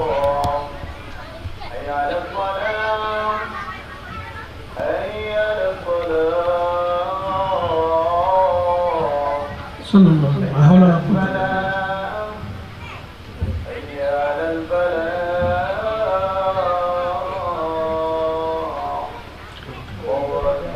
শুকর আদায় করব। আল্লাহ পাক আমাদেরকে সুস্থ রেখেছেন, সবাই বলে আলহামদুলিল্লাহ। আল্লাহ পাক আমাদেরকে সুস্থ রেখেছেন, এটার চেয়ে বড় নিয়ামত আর আছে? এটার চেয়ে বড় নিয়ামত আর নেই। এই জন্য আমরা শুকর আদায় করব। আল্লাহ আমাদের রিজিকের ব্যবস্থা করেছেন। কি করেছেন? রিজিকের ব্যবস্থা করেছেন। সারাদিন নামাজ না পড়লেও খাবারের ব্যবস্থা করেছেন। অনেক ভাই প্রশ্ন করে, হুজুর আমরা নামাজ পড়তে পড়তে হয়রান হয়ে যাই, নামাজ পড়তে পড়তে হয়রান হয়ে যাই, কিন্তু যারা বেনামাজি আল্লাহ তাদেরকে তো আরো বেশি দিয়েছে। এরকম কথাও অনেকে দেখা যায়। তো নামাজের দ্বারে নাই, জুয়া খেলে, মদ খায়, সুদি কারবারি করে, এদেরকে আল্লাহ পয়সা বেশি দিয়েছেন, এমন কথাও বলে। আর আমরা 5 ওয়াক্ত নামাজ পড়ি, এরপরও আমাদেরকে আল্লাহ রিজিক ফারাগাত কেন করছেন? এরকম অনেক কথা আসে। আল্লাহ পাক কোরআনের মধ্যে বলেছেন আর রহমানির রহিম। আর রহমানির রহিমের তাফসীর পড়তে গিয়ে যে চমৎকার বিষয়গুলো উঠে এসেছে, আশ্চর্য হয়েছে। আল্লাহ এত দয়াবান কেন? আল্লাহ এত দয়ালু কেন? আল্লাহ রহমান কেন বলেছেন নিজেকে? রহিম কেন বলেছেন নিজেকে? একজন মানুষ, মিশকাত শরীফের মধ্যে একটা হাদিস কোট করা হয়েছে, বুখারী শরীফে হাদিস আছে, জুমার বয়ানেও এই হাদিস আছে। একজন মানুষ, আল্লাহ পাক নির্দেশ দিবেন তাকে জাহান্নামে দিয়ে দাও। জাহান্নাম সুখের জায়গা না? জাহান্নাম অত্যন্ত ভয়াবহের জায়গা। ওই মানুষ দাঁড়িয়ে যাবে আল্লাহর সামনে, ঈমানওয়ালা, আমল নেই, আমল যেহেতু নাই সে জাহান্নামে চলে যাবে। এখন ওই মানুষ দাঁড়িয়ে গেল, রব্বুল আলামিন আপনি নিজেকে রহমান বলেন নাই, আপনি নিজেকে রহিম বলেন নাই, আপনি রহমান রহিম হয়ে আমার মতো একজন বান্দাকে আপনি জাহান্নামে কিভাবে নিক্ষেপ করবেন? সবাই বলি না সুবহানাল্লাহ। আপনি রহমান বলেছেন নিজেকে, রহিম বলেছেন। রহমান মানে দয়ালু, দয়াবান, রহিম মানে মেহেরবান, দয়ালু, দয়াবান। ও আল্লাহ, আপনি তো নিজেকে রহমান বলেছেন, দয়ালু বলেছেন, মেহেরবান বলেছেন, আপনি রহমান রহিম হয়ে আমার মতো একজন বান্দাকে আপনি কিভাবে জাহান্নামে দিচ্ছেন? এই কথা বলবে একজন বান্দা।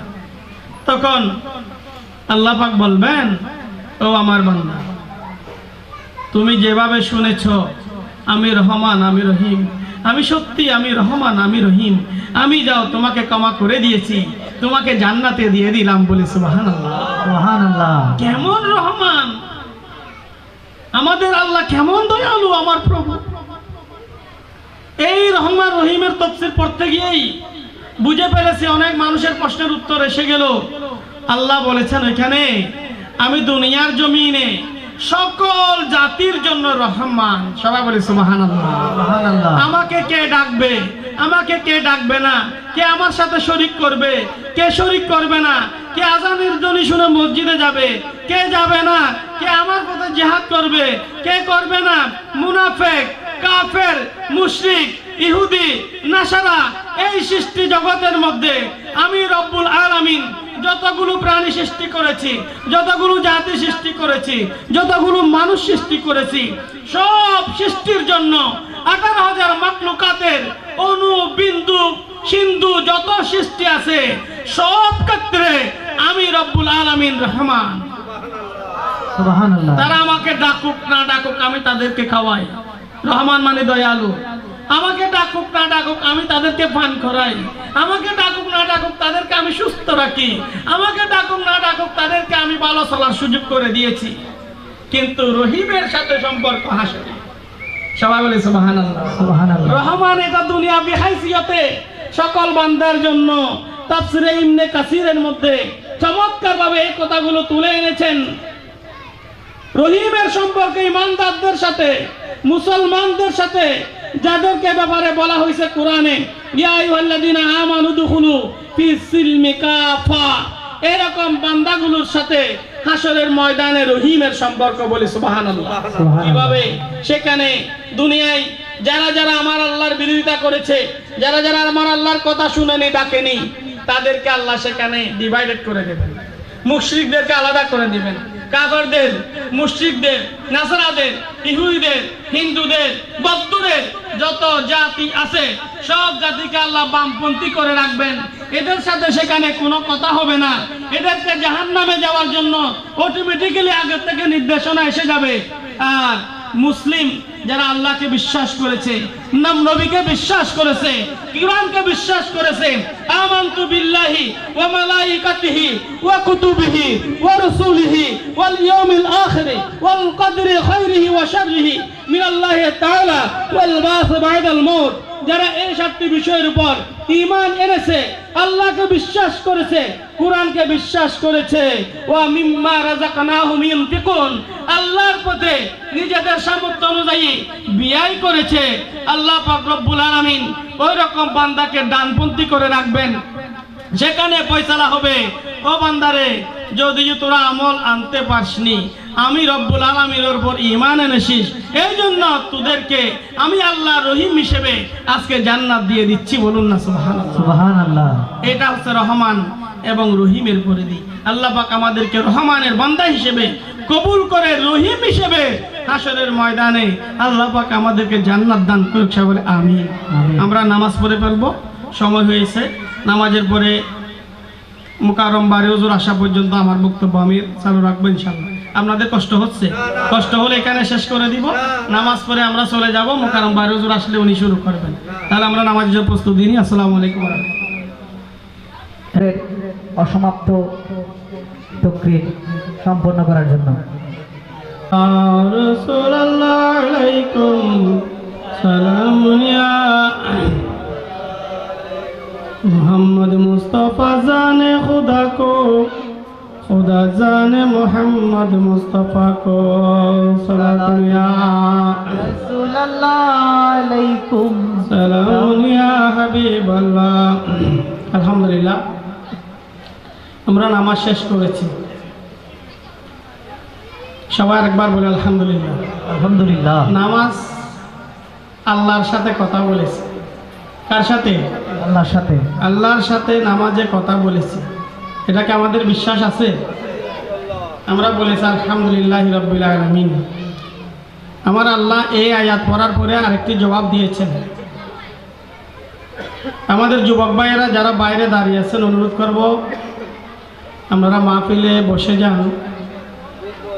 অনেক ভাই আছে, আমি একটা কথা বলি, আসলে বাস্তবতার নিরিখে বলছি। আমি অমুক আইডলের আমি অনুসরণ করি, কিন্তু আপনি নামাজ পড়লেন না। অনেকে সময় দিচ্ছে এশার নামাজটা হয়ে যাক, এরপর আস্তে আস্তে আমরা মাহফিলে যাব। এরকম আছে না নাই? অর্থাৎ এশার জামাতটা শেষ হলে আমি কোথায় যাব? মাহফিলে যাব। নামাজ যেন পড়তে, নামাজ পড়ার জন্য কষ্ট আছে না? ঠান্ডার মধ্যে উজু করতে হবে, উজু করতে হবে, ইমামের পিছনে 10 মিনিট দেরি করতে হবে। এই কষ্টটা থেকে যেন আমরা কি বেঁচে যাই। হুজুরও নামাজ শেষ করুক, আমরাও আড্ডায় থাকি, যার জন্য বসে আছি উনি আসলে আমরা মাহফিলে চলে যাব। এরকম আইডলদের যদি আমরা অনুসরণ করি, আইডল যে কাজগুলো করেন সেগুলো আমাদের করতে হবে কিনা? আতিউল্লাহ ওয়া আতিউর রাসূল ওয়া উলিল আমরি মিনকুম। আমার আল্লাহ তো চমৎকার বলেছেন, বান্দারে তোমরা আমার অনুসরণ করো এবং আমার নবীর অনুসরণ করো। যারা আমার নবীর পথে আসছে তাদের অনুসরণ করো। তাহলে আমরা আইডল মানলাম, হুজুর বলছে পাক্কি, এখান থেকে শিখলাম আমরা মিথ্যে কথা বলবো না। আমরা আইডল মানলাম হয়তো সিদ্দিক আকবরকে, সেখান থেকে শিখলাম নবী প্রেম কি জিনিস। আমরা আইডল মানলাম হজরতে ফারুক আজমকে, সেখান থেকে শিখলাম আদল কে জিনিস, তাকওয়া কে জিনিস, খোদাবীতি কি জিনিস। আমরা আইডল মানলাম হযরত উসমান গনি জুন্নুরাইনকে, সেখান থেকে আমরা শিখলাম কিভাবে আমরা দান সদকা করব, কিভাবে আল্লাহর প্রতি নিজেকে বিলীন করে দিব, কিভাবে নবী প্রেমে উদ্বুদ্ধ হয়ে নিজের জীবনকে বিলীন করে দিব। আমরা হযরতে মাওলা আলীর কথা আইডল হব, মাওলা আলীকে অনুসরণ করব, যে মাওলা আলী আমাদেরকে শিখিয়েছেন কিভাবে নবীর মহব্বত অর্জন করতে হবে, কিভাবে নামাজ পড়তে হবে, কিভাবে রোজা রাখতে হবে। আমরা ইমাম আজম আবু হানিফাকে অনুসরণ করব, যিনি আমাদেরকে আমাদের সুন্নাহ শিখিয়েছেন, নামাজ রোজা শিখিয়েছেন। আমরা অনুসরণ করব হুজুর গোসে মাইজভান্ডারীকে, উনি কিভাবে নিজের জীবন পরিচালনা করেছেন। আমরা অনুসরণ করব আব্দুল সালাম ইসাবুল রহমতুল্লাহ আলাইকে, উনি কিভাবে নিজের জীবন বিলীন করে দিয়েছেন। আমরা অনুসরণ করব আল্লামা ফরহাদ আবাদী রহমতুল্লাহ আলাইকে, কিন্তু উনি কিভাবে নিজের প্রেমে, নবীর প্রেমে নিজেকে উৎসর্গ করে দিয়েছেন। আমরা এগুলো যদি অনুসরণ করি, এগুলো যদি উলিল আমরি মিনকুম হয়, ওনারা যে পথে চলেছেন আমাদেরকে সেই পথে চলতে হবে। আমরা তো এমন মানুষকে আইডল বানাই, শুনতে একটু খারাপ লাগবে আপনাদের, আমাদের কিছু ওয়াইজিন আছে, না বলে পারছি না, এটা বলাটা দরকার হয়ে গেছে বর্তমান সময়ে। ওনারা মাহফিলে আসার আগে ওনাদের টাকা দিয়ে দিতে হয়, মাহফিলে আসার আগে টাকা দিতে হয়, যা দরদার 22,000, 25,000, 30,000, 50,000, 1 লক্ষ টাকা যা দরদার হয় অগ্রিম কিছু দিতে হয়, মাহফিলের দিন সকালে বিকাশ করে বাকি টাকা দিতে হয়। আবার কিছু সকালে যদি দিতে না পারি মাহফিলের স্টেজে ওঠার আগে দিয়ে দিতে হয়। এদের জন্য আফসোস কেন জানেন? এই মাহফিলে অন্তত 1000, 2-3,000 মানুষ এখানে পার্টিসিপেট করেছে, হয়তো 200 মানুষ তো এখানে চাঁদা দিয়েছে, হাদিয়ে দেয় নাই। এই টাকার মধ্যে সবার হক আছে না? এখন যে এই মানুষটি দরদার করে অগ্রিম সকালবেলা 25,000 টাকা নিয়ে নিল, সেই মানুষটি আসার পথে অ্যাক্সিডেন্ট হতে পারে না, মরে যেতে পারে না? এটা আমার কথা নয়, আল্লাহ বলেছেন কুল্লু নাফসিন যায়িকাতুল মউত। আল্লাহ বলেছেন ফাইজা জা আজালুহুম লা ইস্তাখিরুনা সাআতাও ওয়া লা ইস্তাকদিমুন। আমার আল্লাহ বলেছেন বান্দারে কিসের অপেক্ষা করো, কিসের জন্য তুমি অবস্থান করছো, কিসের স্বপ্ন তুমি দেখছো আগামীকাল তুমি এটা করবে ওইটা করবে, বিল্ডিং করবে, থাকবে, ঘুমাবে, স্ত্রী নিয়ে পরিবার পরিজন নিয়ে সুখে আহ্লাদে কাটাবে, কিসের স্বপ্ন দেখছো? আমি আল্লাহ তো তোমার জন্য মৃত্যুকে নির্ধারণ করে দিয়েছি। হায়াত কেন দিয়েছি? আল্লাযী খালাকাল মাউতা ওয়াল হায়াতা লিয়াবলুয়াকুম আইয়ুকুম আহসানু আমালা। ও আমার বান্দারা, তোমাদেরকে মৃত্যুর আগে আমি হায়াত কেন দিয়েছি?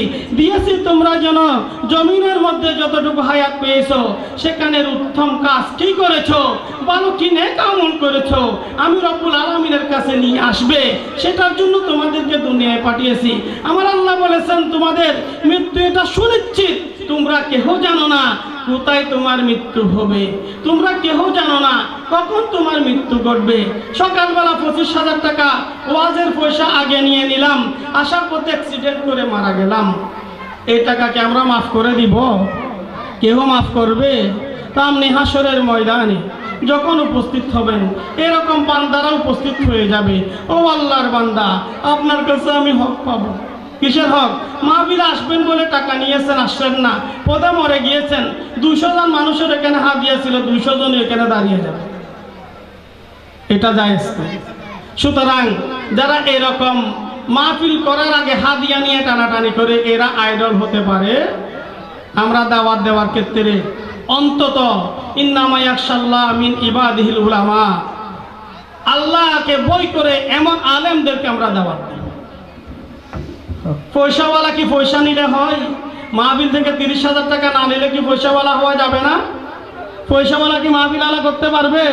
পয়সাওয়ালা কি কেহ কোনো ব্যক্তি কাউকে করতে পারবে? এটা তো আল্লাহ মুকাদ্দারের মধ্যে লিখে দিয়েছেন, কে কোন ইসলায় কোথায় কিভাবে পয়সাওয়ালা হবে, সম্পদশালী হবে। আল্লাহ কার উপর রাজি হয়ে গেলে তাকে আল্লাহ সম্পদশালী বানিয়ে দেন। সুতরাং কারো ব্যক্তির থেকে আপনি টাকা মহানসে এদের এদারও না যারা অগ্রিম টাকা নিয়ে নেই। আমি 2-1টা সাক্ষী এর জন্য কথাগুলো বলছি। তাদের ধারণা হচ্ছে আমার সাথে দরদার হয়েছে 25,000 টাকা, এখন মাহফিল শেষ হয়ে গেলে কর্তৃপক্ষ যখন গাড়িতে উঠবো তখন হয়তো আমাকে দিবে 10,000 টাকা, এখন আমার তো 15,000 টাকা লেস। আরে বেড়া, আমার মতো নাখানদার নাসিস গুনাহগার নিকৃষ্ট একজন বান্দাকে আল্লাহর কোরআন হাদিসের কথা বলার সুযোগ করে দিয়েছেন, এটার শুকরিয়া তো আদায় করা যাবে না। টাকা তো অনেক দূরের কথা, আমাকে দিয়ে আল্লাহ কথা বলাচ্ছেন, জবান দিয়েছেন, আল্লাহ কথা বলার সুযোগ করে দিয়েছেন। হাজার হাজার মানুষ আছে, কথা তো কেউ বলে না, আমি বলছি এটা আল্লাহ আমাকে দান করেছে, এটাকে আমি বিক্রি করে ফেলবো? 1 লাখ টাকাকে বিক্রি করে ফেলবো, আমার সুযোগ আছে, আমি 1 লক্ষ টাকা নেব। এটা তো আপনি ধোঁকাবাজি করেছেন, শুকর আদায় করেননি। এই জন্য আমরা যাদেরকে আইডল বানাই এদের চরিত্র আগে দেখতে হবে, ঠিক কিনা? এরা কোন চরিত্রের এটা আগে দেখতে হবে, তারপর আইডল বানাবেন। আল্লাহ পাক আমাদেরকে সঠিক আইডল, আমাদের আইডল হুজুর গোছে পাক, যিনি নামাজ কাজা করেননি, যিনি মিথ্যে কথা বলেননি, যিনি আল্লাহর বইয়ে সর্বক্ষণই কান্নাকাটি করেছেন, সকালে রুজুতে এশারে রুজুতে সকালে নামাজ আদায় করেছেন, যিনি কত অসংখ্যবার কোরআন খতম আদায় করেছেন, আমাদের আইডল এরা।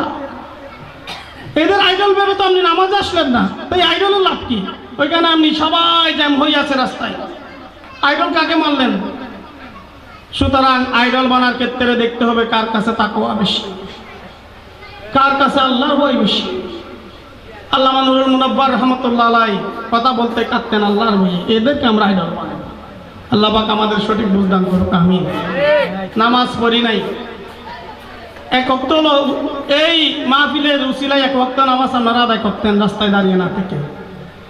ঘুমিয়ে খাজা করেছি ফজর, তখনও জাগিনি যখন জোহর, হেলাও দুলাই কেটেছি আসর, মাগরিবে বেরোই শুনিয়া যান, জামাতে শামিল হও রে সাথে, এখনো জামাতে আছে স্থান, এখনো জামাতে আছে স্থান। বাজিছে দামামা ভাদুরে আমামা, শিরুসু করে মুসলমান, দাওয়াতে এসেছে নয়া জামানার, ভাঙ্গা খিল্লায় উড়ে নিশান, ভাঙ্গা খিল্লায় উড়ে নিশান। মুখেতে কালিমা হাতে তলোয়ার, বুকে ইসলামী জোশ দুর্বার, হৃদয়ে লইয়া এশক আল্লাহর, সল লাগে সল ভাজে বিশান, বই নাই তোর গলায় তাবিজ, বাঁধা জেরে তোর পাক কুরআন, বাঁধা জেরে তোর পাক কুরআন। বাজিছে ধামামা ফাদুরে আমামা, শিরুসু করে মুসলমান, দাওয়াতে এসেছে নয়া জামানার, ভাঙ্গা খিল্লায় উড়ে নিশান, ভাঙ্গা খিল্লায় উড়ে নিশান। স্বপ্ন রুটিকে সম্বল করে যে ইমান আর যে প্রাণের জুড়ে, ফিরেছে জগৎ মন্থন করে, সেই শক্তি আজ ফিরিয়ে আন। আল্লাহু আকবার রবে পুরো, কাপুক বিশ্ব দুর্বিমান, কাশুক বিশ্ব দুর্বিমান, কাপুক বিশ্ব দুর্বিমান। বাজিছে ধামামা ভাদরে আমামা, শিরুসু করে মুসলমান, দাওয়াতে এসেছে নয়া জামানার, ভাঙ্গা খিল্লায় উড়ে নিশান, ভাঙ্গা খিল্লায় উড়ে নিশান।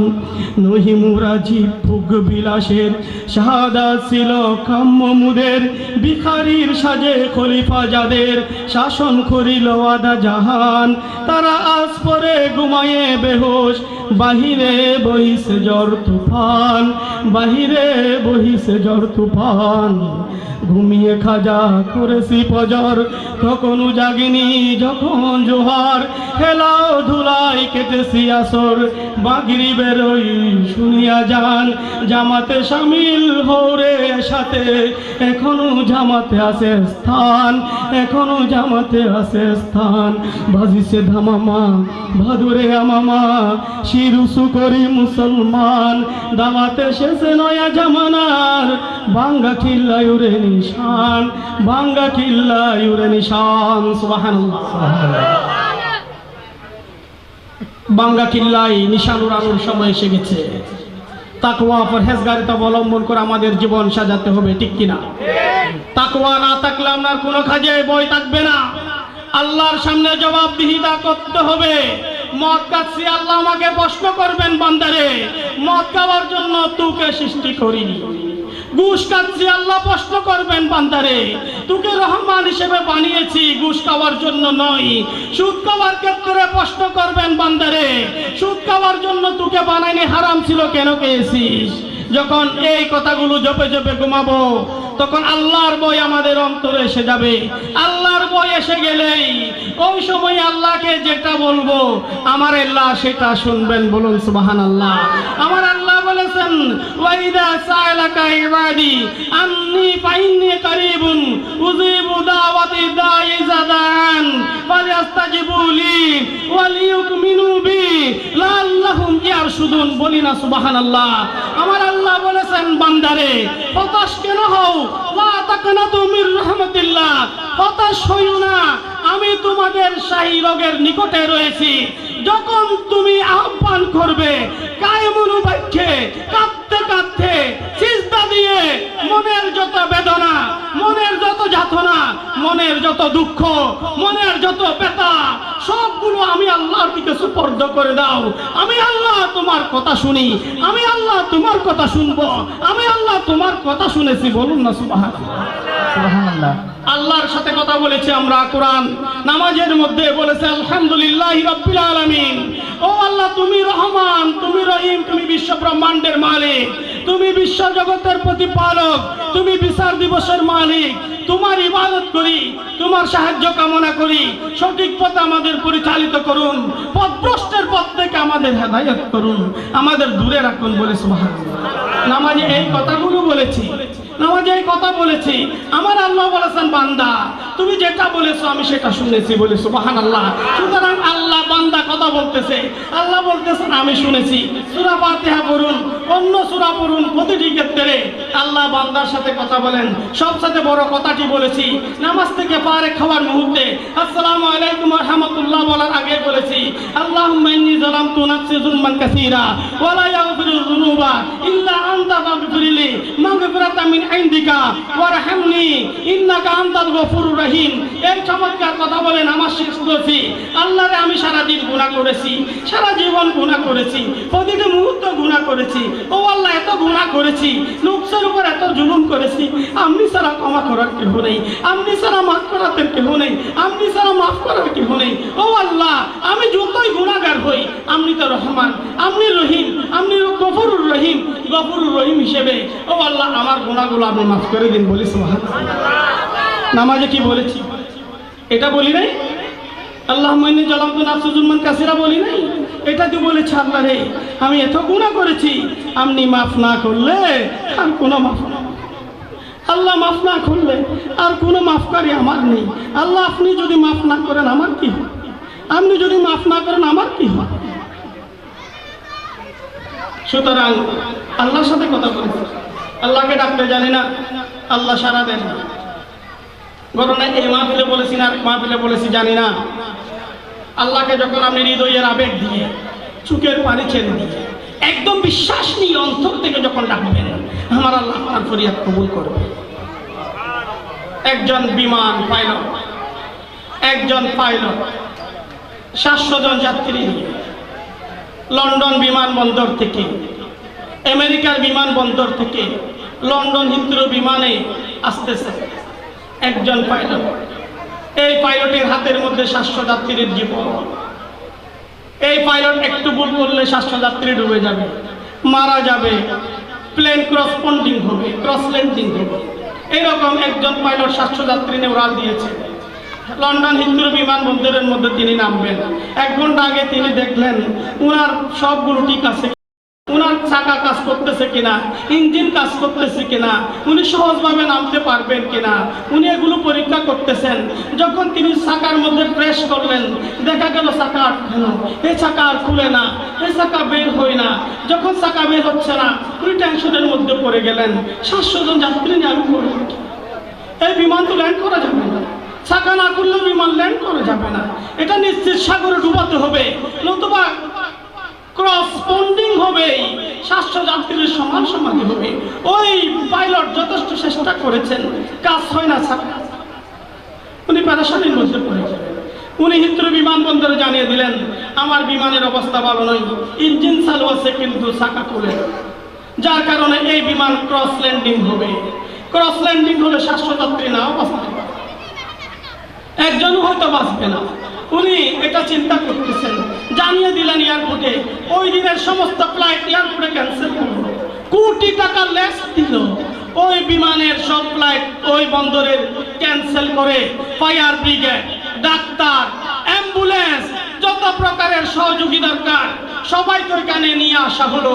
কারণ বিমান যদি ক্রস ল্যান্ডিং হয় দুর্ঘটনায় ঘটবে, সবাই মারা যাবে, কাউকে যদি বাঁচানো যায় এই নিয়তে ওই দিনের সকল কার্যক্রম বন্ধ করে দিয়েই শুধু এই বিমানের জন্য অপেক্ষা করতেছেন। পাইলট যথা সময়ে নির্দিষ্ট সময়ে স্বাভাবিকভাবে বিমানটি ল্যান্ড করলেন, বলি সুবহানাল্লাহ। যখন তিনি বিমানটি ল্যান্ড করলেন তখন ওনাকে সবাই ঘিরে ধরলো, বলল কি হয়েছে? তুমি তো বলেছো তোমার প্লেনের চাকা খুলে না, 700 জন যাত্রীর সমাধি ঘটবে, 700 জন যাত্রীকে বাঁচানো যাবে না, আমার আজকে লক্ষ লক্ষ কোটি টাকার ল্যাক্স হয়েছে, তুমি একজন মৃত্যুক পাইলট। ওই পাইলট ওনার জীবনীতে বলেছেন এটা ওনার জীবনের সর্বশেষ ফ্লাইট পরিচালনা। এরপরে উনি ওইখানে নামাজি হয়ে গেলেন, আল্লাহওয়ালা হয়ে গেলেন, বুজুর্গ হয়ে গেলেন। ওনাকে প্রশ্ন করলো সাংবাদিক, কেন আপনি এই কাজ করলেন? ওই দিন কি ছিল ঘটনা? বললো ওনারা বিশ্বাস করবে না, সত্যি সেদিন বিমানের চাকা জ্যাম হয়ে গিয়েছিল, শত চেষ্টা করেছে খুলে না। আমি যখন হঠাৎ করে টেনশনে ভুগতেছি এই 700 যাত্রীর কি হবে, যাদের হায়াত আমার, আমি বিভিন্ন প্রকারের ভাবনা ভাবতেছি। হঠাৎ আমার মাইন্ডের মধ্যে এসে গেল, ও বিমানের পাইলট, তুমি কেন ওই রব্বুল আলামিনকে ডাকছো না? তুমি কেন ওই রবকে একবার ডাকছো না? তুমি কেন আল্লাহর সাহায্য কামনা করছো না?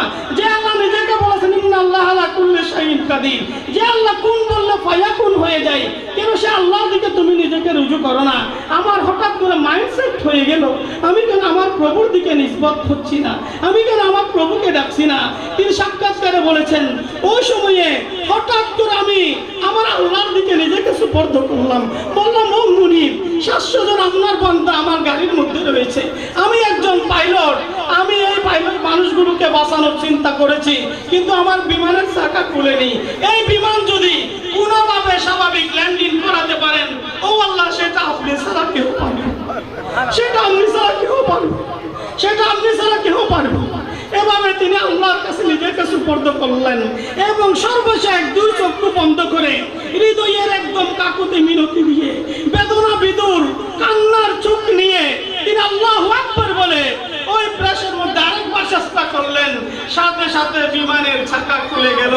তিনি বলতেছেন আমি আমার আল্লাহকে খুব কাছ থেকে দেখেছি, আমি আমার আল্লাহকে খুব কাছ থেকে দেখেছি। যে আল্লাহ বলেছেন ওয়াইদা সালাকা ইবাদি আন্নি ফাইন্নি কারিবুন উজিবু দাওয়াতিদ দাঈ ইযা দাআন ফালাস্তাজিবু লি ওয়ালিউমিনু বি লাআল্লাহুম ইয়ারশুদুন। যে আল্লাহ কোরআনে বলেছেন বান্দারে আমি তোমাদের অতি নিকটে, তোমরা ডাকলেই আমি সাড়া দিই। সেই আল্লাহর দিকে নিজেকে সুপর্দ করে দিলাম। আল্লাহকে আমি খুব কাছ থেকে দেখেছি, আমার আল্লাহ আমার দোয়া কবুল করেছেন। চাকা স্বাভাবিক হয়ে গেল, আমি স্বাভাবিকভাবে 700 জন যাত্রী নিয়ে বিমানবন্দরে ল্যান্ড করতে পারলাম। এখানে আমার কোনো কাবিলিয়ত নেই, রব্বুল আলামিনের কুদরতি ব্যবস্থাপনায় এই যাত্রীগুলোকে আমি বাঁচাতে পেরেছি, বলি না সুবহানাল্লাহ। আল্লাহ চাইলে পারেন কিনা? সুতরাং সে আল্লাহর দিকে আমাদেরকে রুজু হতে হবে, সে আল্লাহর ভয় আমাদের থাকতে হবে প্রতিটা ক্ষেত্রে। যে কোনো খারাপ কাজ করছি ভাববেন এই খারাপ কাজের জবাব আল্লাহর কাছে কিভাবে দেবেন। প্রতিটি ভালো কাজ করে আনন্দ পাবেন, এই ভালো কাজের উসিলায় আমি জান্নাতে যাব, এই খারাপ কাজ আমাকে জাহান্নামে নিয়ে যাবে। যখন এগুলো ভাববেন আপনি হয়ে যাবেন তাকওয়াবান। হযরত ফারুক আযম রাদিয়াল্লাহু তাআলা আনহু খলিফাতুল মুসলিমিন হয়ে তিনি রাত্রে ঘুম যেতেন, একজন সহচর নিয়ে মানুষের বাড়িতে বাড়িতে ঘুরতেন, দেখতেন কার কি অবস্থা আছে। তিনি একদিন এভাবে ঘুরতে গিয়ে দেখলেন এক কুড়ে ঘরের মধ্যে তিনি দেখতে পেলেন একজন মা তার মেয়েকে বলতেছে, মা রে, দুধের মধ্যে একটু পানি মিশিয়ে দাও, দুধ বরকত হোক, বেশি দামে বিক্রি করতে পারবো, আমাদের সংসার সচ্ছল হবে। মা এই নির্দেশ দিচ্ছে মেয়েকে। মেয়ে বলল মা রে, এই কাজ তো আমি করতে পারবো, এই কাজ তো আমাকে দিয়ে হবে না। কেন হবে না? ঘরের দরজা বন্ধ, কেউ তো দেখছে না, কেন এই কাজ করতে পারবে না? যদি একটু পানি মিশিয়ে আমাদের ইয়াটা বাড়াইতে পারি, ইনকামটা, সমস্যা কি? ওই মেয়ে চোখের পানি ছেড়ে দিয়ে মাকে বললো, মা ইত্তাকিল্লাহ, ইত্তাকিল্লাহ, আল্লাহকে ভয় করো। তুমি মনে করছো ঘরের দরজা জানালা বন্ধ করে পাপ করলে কেউ দেখবে না। ও মা, জিনিস আমি যে রব্বুল আলামিনের কাছে আমাকে উপস্থিত হতে হবে, যে রব্বুল আলামিনের কাছে আমাকে জবাব দিতে হবে, নামাজের হিসাব দিতে হবে, আমার পাপের হিসাব দিতে হবে, সেই রব্বুল আলামিনকে একটু ভয় করো। এই কথা শুনে মার মধ্যে বই এসে গেল। এসে গিয়েই হঠাৎ ফারুক আজম দরজা খুলে ফেললেন। দেখার পরে এরা বইয়ে তটস্থ হয়ে গেল। হুজুর আপনি বললেন কালকে তোমার মেয়েকে নিয়ে আমার মদিনা শরীফের মসজিদে নববী শরীফে চলে আসবে, সেখানে বিচার হবে।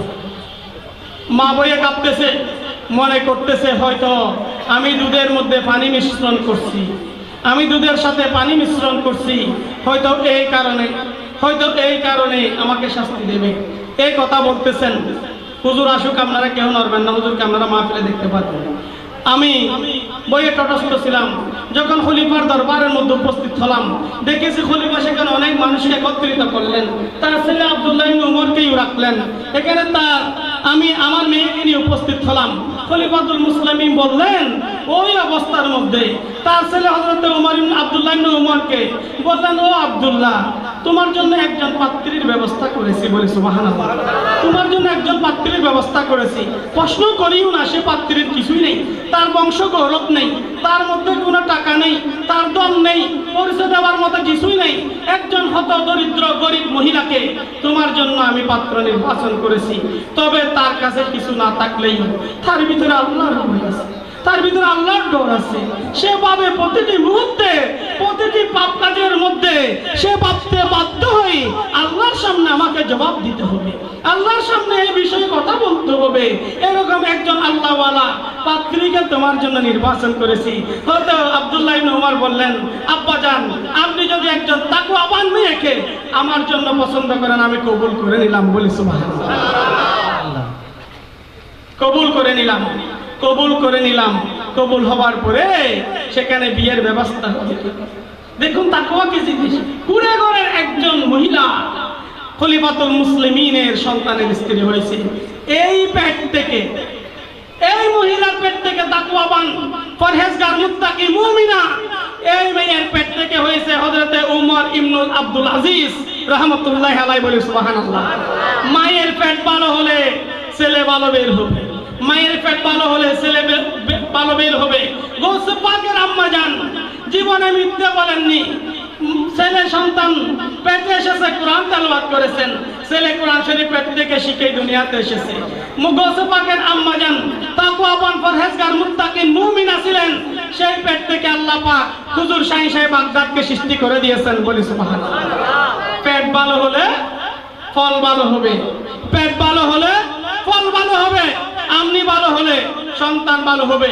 এজন্য আসুন না আমাদের সারা জিন্দগিটা তাকওয়ার মধ্যে ভরপুর করে দিয়ে, নবীজির মুহাব্বত অন্তরে নিয়ে, হুজুর গৌসে পাক গৌসুল আজম মেজবান্ডারি আব্দুল সালাম ইসাপুরি সহ এই অঞ্চলের সকল ওলিদের মুহাব্বত অন্তরে নিয়ে যদি আমরা চলি, আমরা তো জান্নাতে। বলি সুবহানাল্লাহ। এই মুহাব্বত থাকলে কি আমার আল্লাহ জাহান্নামে দেবেন? আল্লাহর ভয় থাকলে কি আল্লাহ জাহান্নামে দেন? আল্লাহর ভয় থাকলে আল্লাহ জাহান্নামে দেবেন? দেবেন না। একজন ব্যক্তি, এই কথা বলে আমি শেষ করছি, একজন ব্যক্তি ওসিয়ত করলো তার ছেলেদেরকে, বলল, বাবারে, আমার মৃত্যু শয্যায় মরে যাব, যে আল্লাহ আমাকে এই দীর্ঘ হায়াতটুকু দিয়েছেন সে আল্লাহর জন্য কিছু করতে পারে, নামাজ রোজা করিনি, রুকু সিজদা করতে পারিনি, এই আল্লাহর জন্য কিছুই তো নিয়ে যেতে পারিনি, সুতরাং আল্লাহর সামনে দাঁড়াবো কিভাবে, জবাব দেবো কিভাবে? আল্লাহ তো আমাকে জাহান্নামে দেবেন। সুতরাং তোমরা একটি কাজ করি, ওই আল্লাহর বই আমি তটস্থ হয়ে আছি, তোমরা আমার মৃত্যুর পরে আমাকে জ্বালিয়ে ফেলবা, ছাই করে ফেলবা, সেই ছাইগুলো ডিভাইডেড করবা, 4 ভাগে ভাগ করবা, 1 ভাগ পাহাড়ে, 1 ভাগ পানিতে, 1 ভাগ নদীতে, 1 ভাগ বাতাসে উড়িয়ে দিবা। ছেলেরা এই আজব ওসিয়ত পালন করলো বাবা মরে যাওয়ার পর। যখন বাবা কবরস্থানে চলে গেল, ফেরেশতারা বলল, আল্লাহর বান্দা, এই কাজ কেন করেছো? এই ওসিয়ত কেন করেছো? ও আল্লাহর বান্দা, এই ওসিয়ত কেন করেছো? বলল, ও আল্লাহ, ও আল্লাহর ফেরেশতারা, আল্লাহর বইয়ে করেছি। আল্লাহর সামনে দাঁড়ানোর মতো কোনো কিছুই আমি করতে পারি, কোনো আমল আমি করতে পারি নামাজ রোজা করতে পারি না। সুতরাং সে আল্লাহর সামনে কিভাবে দাঁড়াবো, এই বই আমি এই আমার আল্লাহ রহমান বললেন, যাও বান্দা, তোমাকে মাফ করে দিয়েছি। বলি সুবহানাল্লাহ। যাও বান্দা, তোমাকে মাফ করে দিয়েছি। তোমার অন্তরে যে ভয় আমার জন্য, যে তাকওয়া তোমার অন্তরে, সেজন্য আমি তোমাকে মাফ করে দিয়েছি। সুতরাং আল্লাহর ভয় অন্তরে থাকলে আল্লাহ মাফ করে দেবেন। এই জন্য বলছি, আল্লাহর তাকওয়া থাকলে, নবীজির মহব্বত থাকলে, আউলিয়া কেরামের আদর্শ থাকলে আমরা অবশ্যই জান্নাতি। বলে আলহামদুলিল্লাহ। আরেকবার বলে আমিন। আমরা জান্নাতি এটা গ্যারান্টি দিতে পারবো যখন আমরা নামাজি হব। তাহাজ্জুদ পড়বেন, সুযোগ থাকলে তাহাজ্জুদ পড়বেন। তাহাজ্জুদ পড়ে যদি দোয়া করেন, আমি নিজেও পেয়েছি তাহাজ্জুদ পড়তে পারি না, বছরে 2 বছরে সমস্যা একবার উঠলে পড়ি। আমি নিজে যখন বড় মুসিবত একটাতে পড়ে গেলাম, তখন নিজেকে সুপর্দ করেছে আল্লাহর দিকে। ও আল্লাহ, আমার জীবনের সমস্ত সম্মান ইজ্জত আপনার হাতে, আপনি ছাড়া আর কেউ আমার সম্মান বাঁচাতে পারে। এই কথা বলে তাহাজ্জুদ যখন 2-1 দিন পড়েছি, আমার আল্লাহ আমাকে বেইজ্জত থেকে হেফাজত করেছেন। সবাই বলে সুবহানাল্লাহ। একজন স্ত্রী আল্লাহর কাছে প্রতিদিন কান্নাকাটি করে রাত 1টা-2টায়, এই কথাও রিপিট করছি আবার, শুধু আল্লাহওয়ালা হওয়ার জন্য, নবীওয়ালা হওয়ার জন্য। একজন স্ত্রী প্রতিদিন রাত 12টা-1টা বাজলে স্বামীর পাশ থেকে উঠে যায়। স্বামী মদখোর ছিলেন, শরাবী ছিলেন, বেনামাজি ছিলেন। ওই স্বামী মদ খেয়ে এসে স্ত্রীর পাশে শুয়ে থাকতো। এখন ওই স্ত্রী আল্লাহওয়ালা ছিলেন, নামাজি ছিলেন। এখানে সময় বদলে গিয়েছে। আল্লাহ কোরআনে বলেছেন, আল খাবিসাতু লিল খাবিসিনা ওয়াল খাবিসুনা লিল খাবিসাত ওয়াত তাইয়্যিবাতু লিত তাইয়্যিবিনা ওয়াত তাইয়্যিবুনা লিত তাইয়্যিবাত। আল্লাহ বলেছেন, পাপিষ্ঠ পুরুষের জন্য, পাপীর জন্য পাপী মেয়ে সৃষ্টি করে রেখেছি। পাপী মেয়ের জন্য আমি পাপী পুরুষ সৃষ্টি করে রেখেছি। সতী নারীর জন্য সতী স্বামী সৃষ্টি করে রেখেছি। সতী স্বামীর জন্য সতী স্ত্রী সৃষ্টি করে রেখেছি। এটা আমার আল্লাহ কোরআনে বলেছেন। যখন ওই মহিলা নামাজি, স্বামী মদখোর, এই বইয়ে, এই বেদনায় ওই মহিলা তাহাজ্জুদ শুরু করলো। প্রতিদিন রাত 12টা-1টা বাজলেই তার স্বামীর পাশ থেকে উঠে যায়। একদিন স্বামী এগুলো টের পেয়ে গেল। টের পাওয়ার পরে বলল, আমার স্ত্রী পরহেজগার মুত্তাকি মনে করি, সে নামাজ পড়ে, কিন্তু রাত 12টা পরে সে আমার পাশ থেকে উঠে কোথায় চলে যায়? তার সাথে কোনো পুরুষের সম্পর্ক আছে না? যে যেমন সে তেমন ভাবে। পরে কি একটু গুড়া সমাজ নষ্ট হয়ে গেছে। ঘরের বউ ভালো লাগে না, পরের বউ বেশি ভালো লাগে। এরকম সমাজে চতুর্দিকে এটা মহামারী এসে গেছে। জাহান্নামী এরা। ঘরের বউ ভালো লাগে না, পরের বউ যাদের ভালো লাগে এরা জাহান্নামী। নামাজ রোজা কোনো কাজ আসবে না। জেনাখোর, আল্লাহ যদি এদেরকে মাফ না করে, ঘরের বউকে ভালো লাগতে হবে। এটা আল্লাহ আপনার জন্য অর্ধাঙ্গিনী করেছেন। ইয়া আইয়ুহান নাসু তাকু রাব্বাকুমুল্লাযী খালাকাকুম মিন নাফসিন ওয়াহিদা ওয়া খালাকা মিনহা যাওজাহা ওয়া বাসসা মিনহুমা রিজালান ওয়া কাসীরান ওয়া নিসা ওয়াত্তাকুল্লাহাল্লাযী তাসালুনা বিহি ওয়াল আরহাম ইন্নাল্লাহা কানা আলাইকুম রাকীবা। বলি সুবহানাল্লাহ। নিজের স্ত্রীকে ভালোবাসতে হবে, ভালো লাগতে হবে। পরের স্ত্রীকে নয়, বেগানা নারীকে নয়। পরকীয়ায় যারা জড়িয়ে আছেন, আল্লাহর ওয়াস্তে আজকে ক্ষমা চেয়ে নেবেন আল্লাহর কাছে, তওবা করে নেবেন। জাহান্নাম নিজের জন্য নির্ধারণ করবেন না। অত্যন্ত ভয়াবহের জায়গায় জাহান্নাম। ওই মহিলা যখন স্বামীর পাশ থেকে উঠে চলে যাচ্ছে, তখন স্বামী বলল, আমার স্ত্রী হয়তো কারোর সাথে সম্পর্ক আছে। সত্যি সম্পর্ক আছে। একদিন বললেন, আমি মদ খেয়ে আসবো না, আমার স্ত্রী দেখবো কোথায় যাই। সে মদ খেয়ে না, সেই স্ত্রীর পাশে শুয়ে পড়লো। ঘুমের বান ধরলো। যখন রাত 12টা বাজলো, তার স্ত্রী তার পাশ থেকে উঠে গেল। উঠে সেই পিছনে পিছনে উঠলো, স্ত্রী যেন টের না পাই। আস্তে আস্তে সে চলে যাচ্ছে। স্ত্রী কোথায় যাই দেখতেছে, আজকে হাতে হাতে ধরবো স্ত্রী, শাস্তি দেব। সে নামাজ পড়ে রোজা রাখে, কিন্তু এই 2 নম্বরই কি না শুরু করলো। এরপরে কি করলো, আস্তে আস্তে স্ত্রী কোথায় যায় দেখতেছে। স্বামী দেখলো ওই স্ত্রী পুকুর ঘাটের মধ্যে চলে গেল। পুকুর ঘাটে গিয়ে ওই স্ত্রী দেখলো আস্তে করে উজু করার জন্য বসে গেল। নারে তাকবীর, নারে রিসালাত, নারে গাউসিয়ত, গাউসুল আজম মজভন্ডারি।